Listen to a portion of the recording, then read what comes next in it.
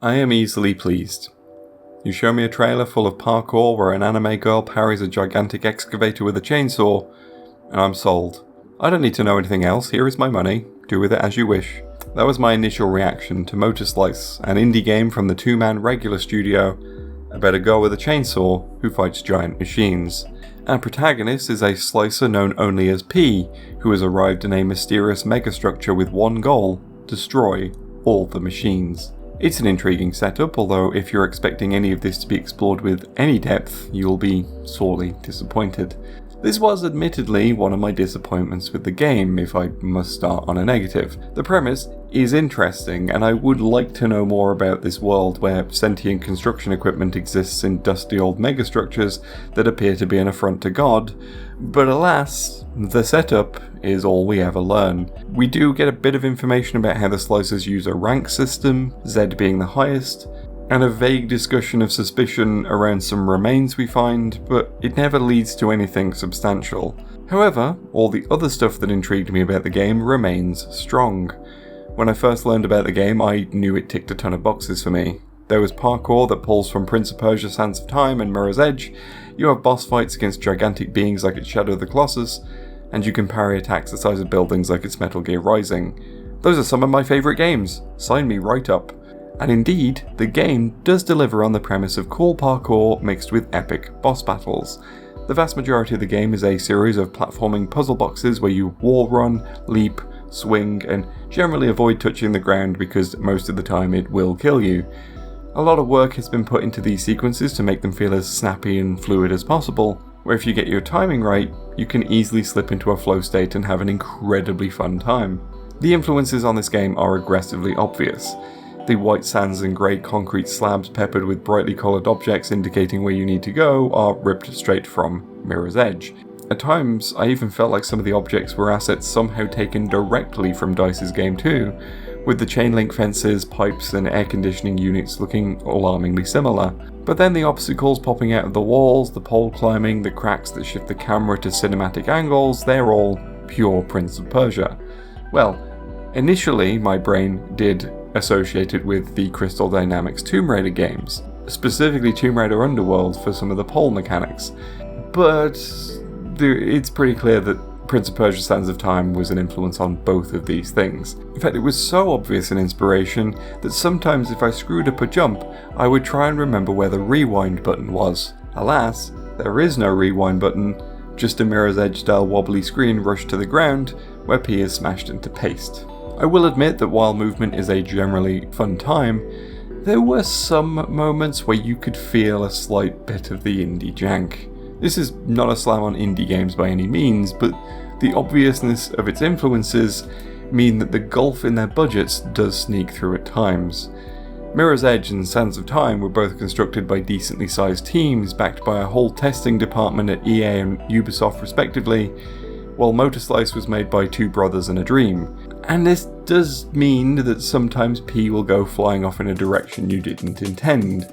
The pathfinding on the wall climbing sometimes felt a bit off, and I even had some moments where the camera actively worked against me, like the bit where it decided the wall opposite where P was running was infinitely more interesting, and I promptly fell to my horrible gory death. Nowhere is the jank more obvious than in the game's unique parkour mechanic, the Motorslice of the title. Some walls are yellow exposed machinery, and P can jam her chainsaw into these walls and carve a path through them. It's generally a cool idea, but many of the game's platforming challenges require you to change direction to advance, moving from horizontal to vertical and back again, usually under tight timing.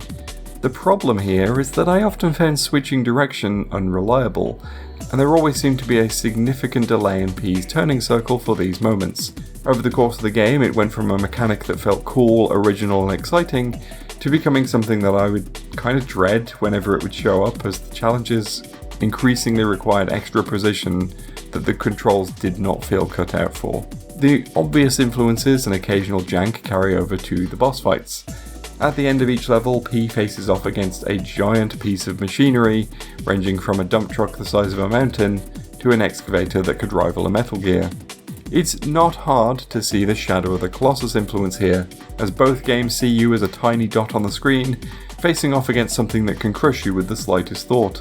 You climb around on these opponents, looking for specific places that you can attack and do tons of damage. It's less a standard boss fight and more a parkour puzzle in and of itself. The Motorslice is the method of dispatching the weak spots, as they are the same exposed machinery you've revved through in generic walls. Climb on each machine, find each specific Motorslice point and run your chainsaw through it. Often this was a lot of fun, as you'd find your way through the innards of a machine only to drive your way along its side to damage it before ducking back into a different nook to continue the process elsewhere. However, the jank did cause problems here. Moments where speed and precision was of the utmost importance, but no matter how hard I tried, P would just head off in a direction of her own choosing, instead of the correct way. Speaking of P, I do need to raise an additional issue I had with Motorslice: her characterization. Now, I know people get weird about this stuff on the internet, so I just want to preface all of this by saying I do not generally object to attractive characters in games, or fan service as a general rule. I kind of enjoy it myself sometimes, in fact. But in Motorslice, I didn't feel P was much of her own character, and instead was often a thing for the player to leer at. As an explanation, you are her drone, viewing the action through its lens. It's a cool idea, kind of lifted wholesale from Super Mario 64 doing it with Lakitu 30 years ago, but still, it's kind of an interesting idea that you are an actual physical thing in the world. Now, because of that, there are several moments of downtime throughout the game where P will take a break and talk directly to you, the drone, and also the player. And I found it infinitely frustrating that the only dialogue choices I was ever offered here were either rude or borderline sexual harassment. As an example, I actively felt weird when the camera would switch to directly behind her as she bent over to examine a hole in the wall, while I could opt to call her a good girl. Later moments saw her loosening her clothes due to heat, leading to the camera lingering on her exposed chest or bare feet. Like, this is kind of gross and weird. Why are we doing this? Because of who voices P, it's not hard to find a direct comparison of where this kind of thing has been handled a little bit better. She's voiced by Kira Buckland, whose best known work is another character known only as a rank designation, Nier Automata's 2B. Beloved pervert Yoko Taro did put her in a maid outfit, and yes, her ass is out most of the time, and our favourite orb-headed weirdo admitted to doing this because he likes pretty girls. It is blatant fan service, and one that I don't necessarily have a problem with. But at the same time, I think it's because I felt the 2B was a strong character. I knew who she was, what she believed in, what she stood for, and why she was important. I liked her a lot as a character. It also helps that the wider plot of Nier Automata was very well written as a general rule, so we had that too. Meanwhile, I learned very little about P. Most of the hangout scenes exist purely for the player to ogle her or be a creep towards her, but rarely to find out more about why she became a slicer, what matters to her, or what motivates her as a whole. There is a strong foundation here for some great characterization through these hangouts, and it's all basically sacrificed at the altar of fan service.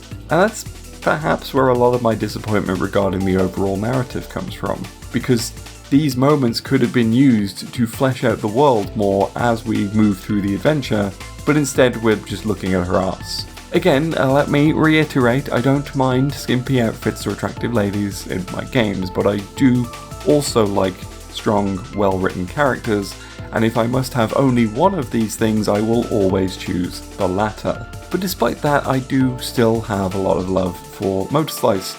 I can forgive its jank due to its small team and budget, and I can forgive my disappointments with the narrative, precisely because what they have set up is interesting enough for me to want more. This is something I would love to see built on, a sequel that expands on P's story, improves the mechanics, and I don't know, maybe adds a time attack mode, because that feels like it's missing. I'd be there day one, no question. Because while Motorslice does fall just short of greatness, it does do enough to brush neatly against it. Plus, it does still feel good to parry a gigantic excavator with a chainsaw. Thank you for watching, and I hope you enjoyed my thoughts on this indie game, which I think is actually still pretty cool, even though I do have quite a few criticisms of it in this video. I still recommend it, so if it seems pretty good to you, it is available on Steam now, so go and check it out if it seems interesting to you. even with my criticisms. Yeah, if you enjoyed this video, please leave a like, leave a comment, let me know what you think. Got a whole bunch of these videos coming out, just little reviews of games that I've been playing that have come out recently. You know, some big ones, as you've seen in this one. We've got some indie games as well coming in. So yeah, if you're enjoying this, please make sure you're subscribed for more of them. Every 2 weeks I'll be releasing a video. If you really want to support the channel, I do also have a Patreon, so head over there. You'll get updates on what's going on with the channel way ahead of any official announcements I make in any community posts or anything like that. I'll see you again very soon.